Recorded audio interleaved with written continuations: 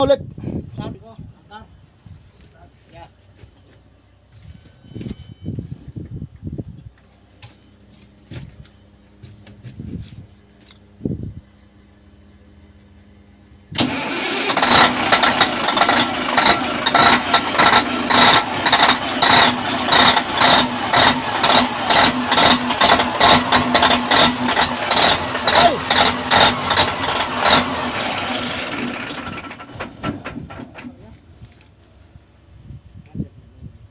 Ito yung trabaho natin.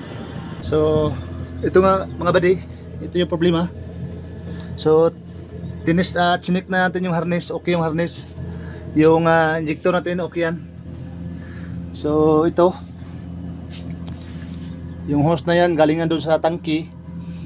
Yung ito, so galing sa fuel pump natin, yan, kung nakikita nyo yan. So, ito, papunta na to sa filter. So, itong hose na to ay galing na to sa filter. So, okay lahat. So, ito, maganda yung flow ng diesel natin.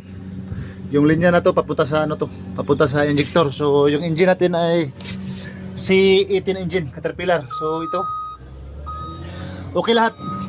So yung problema natin, hindi siya mag-hold ng pressure. So ito sa mga cut lover dyan, mga mekaniko, mga technician. So sa problema na to, namamatay siya ng kusa. Pag in-start siya ay matagal mag-start. Kung mag-start siya, namamatay naman siya, hindi siya magtatrabaho ng tuloy-tuloy. So ito, ito yung luma. So ito guys, yung ito yung relief valve. Ito yung nag-hold ng pressure ng diesel natin. So pag hindi na to nagpapangsyon ng maayos, so hindi niya na makokontrol yung pressure.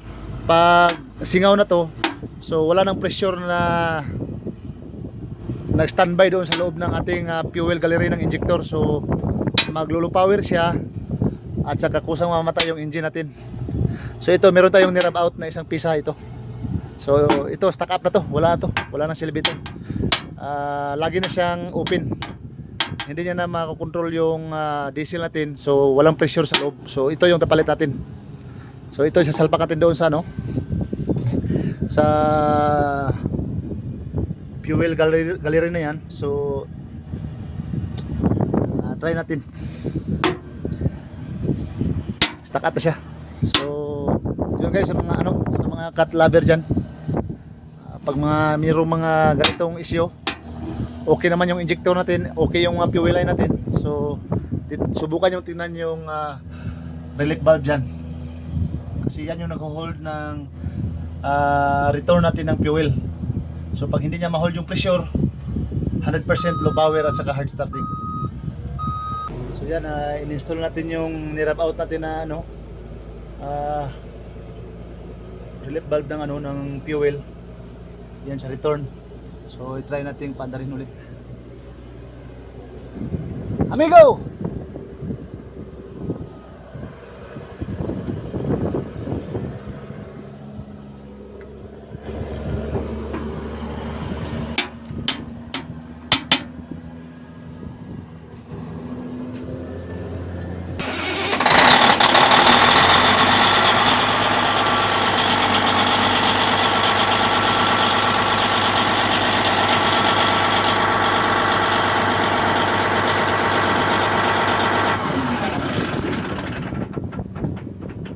Arakar!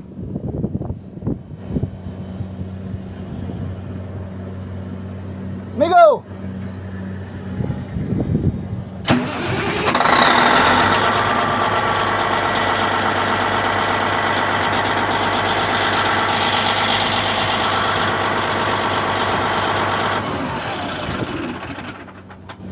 So mga buddy, sa tingin ko goods na to. So release natin yung unit ito. Kasi trabaho siya dyan, papasok din sa butas niya. So yun lang mga buddy, God bless ating lahat.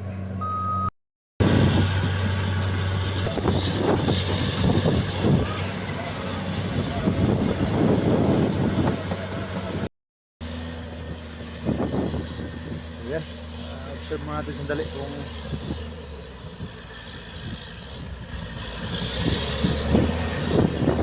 ano ba yung tirada